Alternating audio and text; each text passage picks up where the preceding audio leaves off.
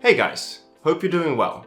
So, if you're sitting in front of the computer all day on something like this, or even worse, this, you should probably do something about that. Gaming chairs have become hugely popular in the past few years, and now most gamers, streamers, and YouTubers are using them. Office chairs like this, on the other hand, have been around for several decades, and it's pretty much what you'll see in any corporate office. So, what's best? Well, in this video, we're going to try to answer that question. Now, I have two chairs here with me. The first one belongs to my other half, and it is a gaming chair from a company called Reclining. This costs around $450, and it has an ESL logo on it to give it some more gaming pedigree. This is my chair, on the other hand. It's made by a Swedish company called Reclining. Now, this is 20 years old, and if you wanted to buy one of these brand new, you'd be looking to pay around $1,000 or more.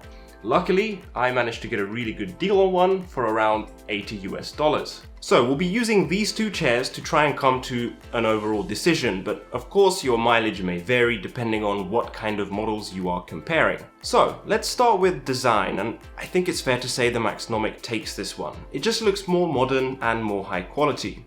It's using materials like faux leather and what feels to be Alcantara, and I really like the white stitching, which gives it a bit more character.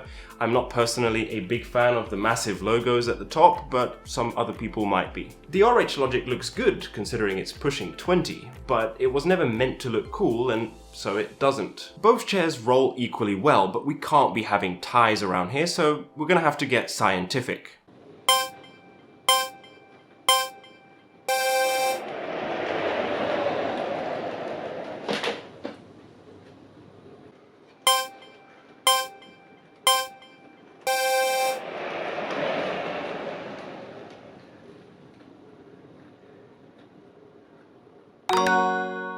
Let's check out build quality. First, the Reclining. Now, it feels well made and sturdy for the most part, until...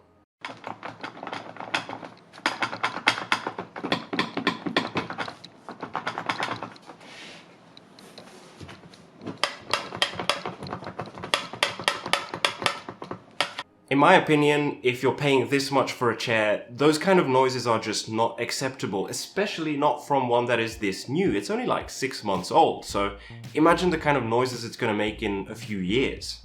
Now, the Reclining makes some noises too, although I would put that down mostly to age, and the noises aren't that bad. For example, the armrests don't make any noise until you violently wiggle them like this. So I would give build quality to the office chair. Okay, so the big one, comfort. I would say for sitting in it all day long, the office chair is far more comfortable. It has a much superior lumbar support that you can actually adjust depending on how much support you need, as opposed to the cheap cushion you get from the gaming chair. It also has a much better adjustable neck support, where you can adjust both the height and the tilt of the cushion, which means you can get into a good position so that you can rest your neck whilst you're working. If you try to do that on the gaming chair, you end up in a rather weird position, sort of looking up towards the ceiling, and it's not very comfortable. However, the Reclining does have a special trick up its sleeve. So yeah, it can recline almost to be in a fully horizontal position. So if you're into gaming conventions where you often need to sleep in your chair, I would take this over the office chair any day. The chair is well balanced and it doesn't feel like you're about to tip over, even if you put your feet in the air. I do want to point something out though. You see, the seat is shaped a little bit like a sports car with these sort of bucket seats that hug you while you sit in the chair, and that's fine normally, but when you use the recliner and try to go back, all of a sudden those sides actually dig into your back and it makes things a lot less comfortable. That could just be me though, I'm not exactly the average sized human, but it's very annoying nonetheless. The Reclining reclines too, but nowhere near as much. But then again, for most situations this is perfectly fine. Now, I have spent a full day sitting in both chairs, and I can honestly tell you that the Reclining was a lot more comfortable for me. But then again, that could be biased because this is my chair after all. I did find some lower back pain when using the gaming chair, and I think that's because it doesn't have any proper adjustable lumbar support, just this pillow, which is better than nothing, but not by much. I also do prefer the materials used on the office chair. Sure, it doesn't look as nice, but if you're sitting somewhere hot, this faux leather will get sweaty and your clothes or your skin will stick to it. And that's just not an issue on the RH Logic. So then we get to price. Now, most people think that gaming chairs are quite expensive, but actually they're rather cheap. Like I said before, if I tried to get a new version of my office chair, I would be paying well over $1,000 US, possibly up to $1,500, and that is just simply too much for most people. But if you don't care about having a brand new chair, there are some really good deals to be had from companies who are upgrading their existing office equipment, going out of business, downsizing, or whatever.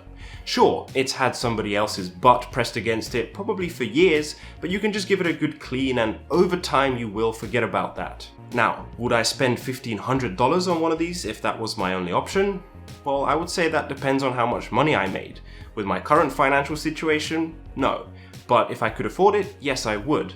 Just like it's worth buying a really nice bed, even if it costs a lot of money, it's worth buying a really nice chair, even if it costs a lot of money. If you're going to be spending a lot of time in it, you want to make sure you get something that's comfortable and ergonomic so that it's good for you in the long run. And unless you're really into gaming conventions where you need to sleep in your chair, there's just no way I could possibly recommend this over this. Thank you guys so much for watching. If you found this video helpful, please support the channel by dropping a like and subscribing if you haven't already. Thank you guys, and I'll see you next time.